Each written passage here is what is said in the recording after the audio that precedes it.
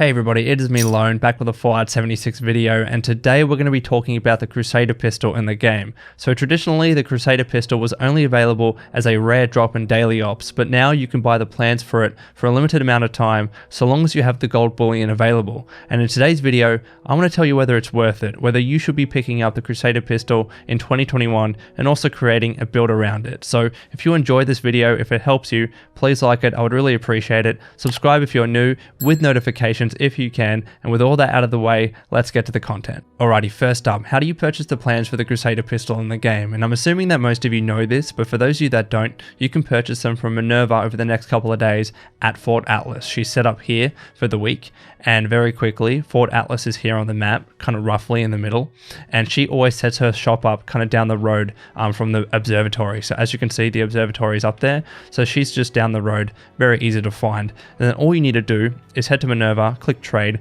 and then you can buy a range of gold bullion plans at a discount. She always sells her plans at a discount, which is really nice. But yesterday you can buy the unique Crusader pistol plan, which is only otherwise available in daily ops for 2,000 gold bullion, which is not too bad. However, 2,000 gold bullion is still a decent amount, especially for some people that are still building up their gold bullion. So I want to tell you in this video whether this purchase is actually worthwhile, and also whether you should be using your modules to be rolling legendaries for the Crusader pistol, to be using it in action. So that's what we're going to be talking about next. Very quickly, if you want to buy the mods for the Crusader pistol, you have to purchase them from Regs at Vault 79, which is just here on the map. That does mean that you need to go through the Wastelanders quest line, but once you do that and you can purchase your gold bullion plans from Regs, you can purchase all the mods for the Crusader pistol there. And what we're going to do now is I'll show you the actual mods at the crafting workbench, just so you can see how it changes the stats, and then we'll actually test this gun out in action, of course, at West Tech. So let's get to it. Alrighty, let's take a look at all the mods available for the Crusader pistol, and as you can see, we're going to be using a bloodied explosive Crusader pistol in today's video.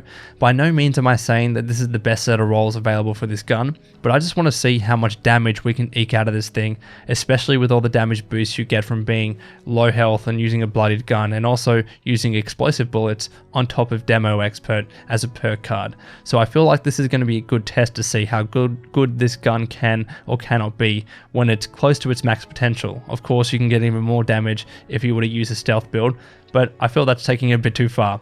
I just want to see when you're running and gunning and using VATS, how good this gun can be. And then as you can see, we have a receiver, a long barrel, a magazine, a sight, and a muzzle in terms of the mods available. And probably the most important decision you'll be making is when it comes to the receiver, because you'll be getting additional damage this way. So of course, you shouldn't be using the standard receiver because you're getting no additional damage. But the other ones, I feel any one is going to serve you well. Probably on the internet, I would say the consensus is that the cryo receiver is the best because it tends to perform better on enemies, and I would agree with that. But the downside with using the cryo receiver is that you get a lot of splash damage when it comes to using cryo bullets. And because cryo resistance is so hard to come by, it can actually kill you fairly quickly, especially if you are a low health build. If you're a full health build using this receiver, you don't have as much to worry about. But if you're a low health build, constantly shooting cryo bullets up close, you're going to die unless you have cryo resistance. And the only way to get that really is by rolling cryo resistance on an armor piece. And I just don't think it's worthwhile to waste a legendary attribute slot just to be able to use a cryo receiver on a Crusader pistol. I just don't think the trade-off is there. But yes, technically, the best performing one against enemies is cryo. But I would say that pyro is still okay. It doesn't perform as well, and again, people on the internet tend to agree with that.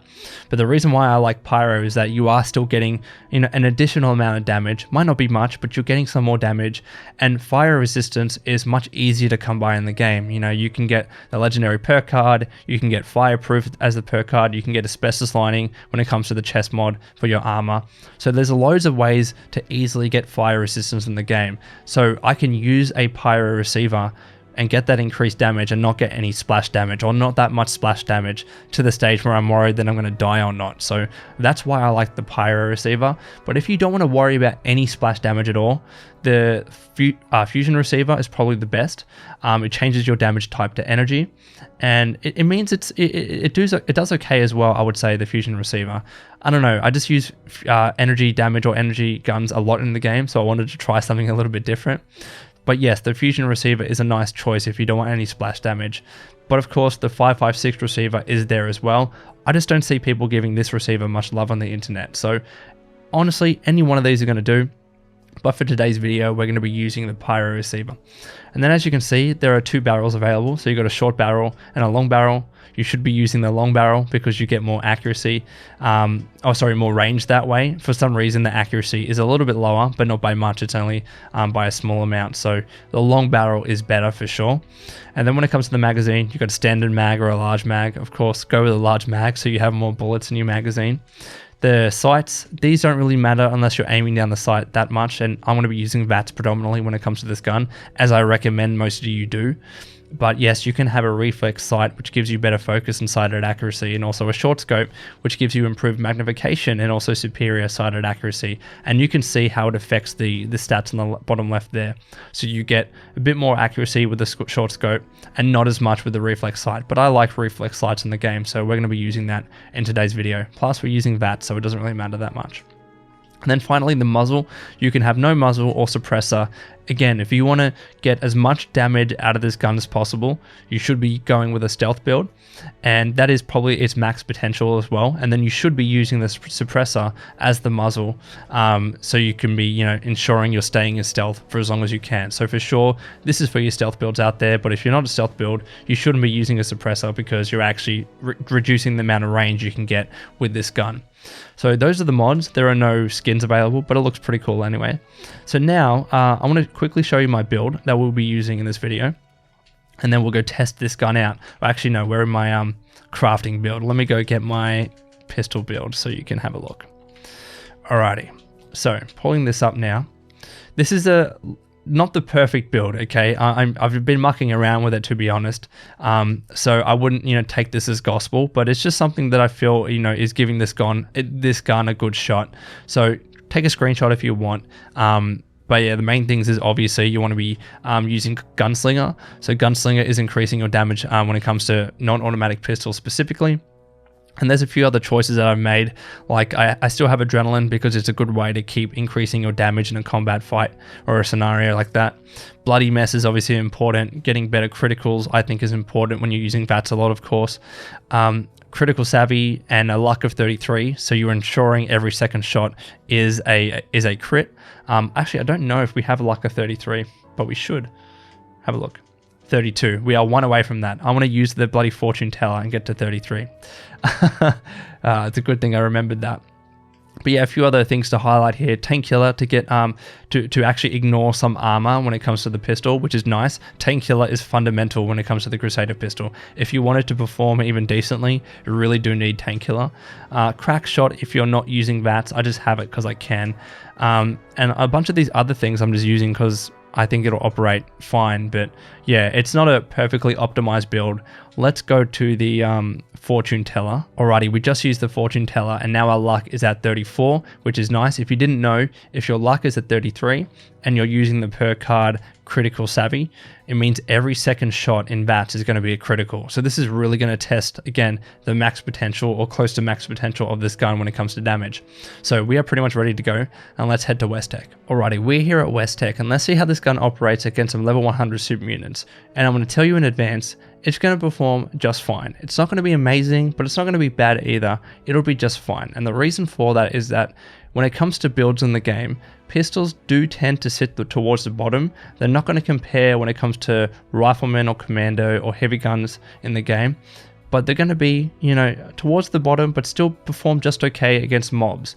When you're trying to use something like the Crusader pistol against boss enemies like the Scorched Beast Queen or Earl Williams, etc., it's not going to perform that well. And I don't suggest, and this is the warning for today's video, I don't suggest that you use this gun against those enemies unless you really just want to challenge yourself. There are definitely better guns out there for you to be using in those scenarios. But when it comes to general mobs in the game, if you want to try a pistols build, the Crusader pistol is a really good choice for you. The Gauss pistol is also decent as well. But of course, we're talking about the Crusader pistol in today's video. So as you see, these super units are level 100, and we're killing them just fine. Like, it's not super fast. You can hear me fire my bullets. I'm trying to fire a lot as quickly as possible to kill them, but they're not being one-shotted or anything like that. They're dying pretty fast though. As you can see though, one of the problems with using a pistols build in the game and trying to get a lot of damage is that you're having to use a lot of perk cards in agility, and with all these damage boosting perk cards that I want, I can't have dodgy. So I want to be super fragile in this video. I want to be a real glass cannon, unfortunately, and that's the trade-off that you get when you're trying to use a Crusader pistol.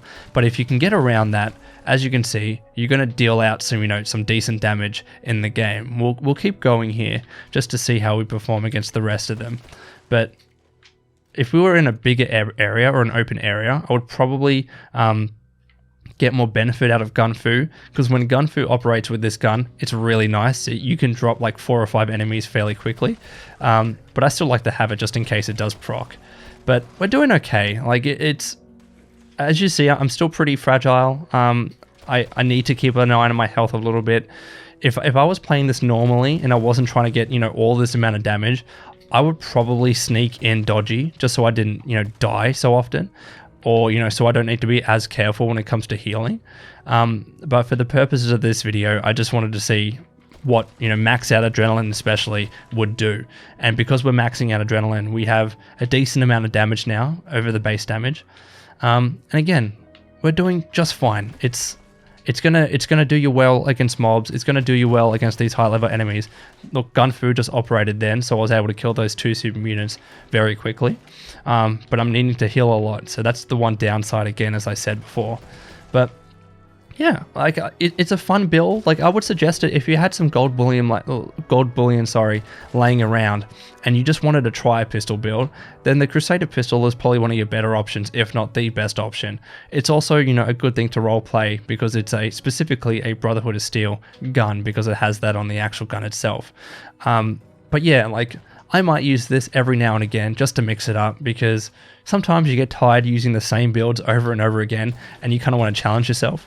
And that's where I think the Crusader pistol, or any pistol in the game, can come into it. But yeah, and obviously you see me shooting a lot of bullets, so I'm needing to reload every now and again. Maybe some of you might think of getting quad for this gun. I don't think quad is worth it. I would say that anti-armor or bloodied or even 2-shot maybe would be better for you. Vampires probably not. I wouldn't say using vampires with this gun. But yeah, I like it. I would use it. But the warning is, stay away from those cryo receivers unless you have cryo damage, or cryo resistance, I should say. Don't use it against boss enemies unless you kind of want to challenge yourself. It might perform okay if you have this specific build, but yeah, I think a lot of you might struggle just because you're not getting so much damage in quick succession with this gun. You're having to fire a lot and reload a lot, and you kind of want to have high rate of fire guns, especially against your boss enemies. And yeah, you might be a little bit fragile if you're not using something like dodgy to kind of boost up your defensiveness in the game. But I'm doing alright. So with that out of the way, let's get to the conclusion of the video.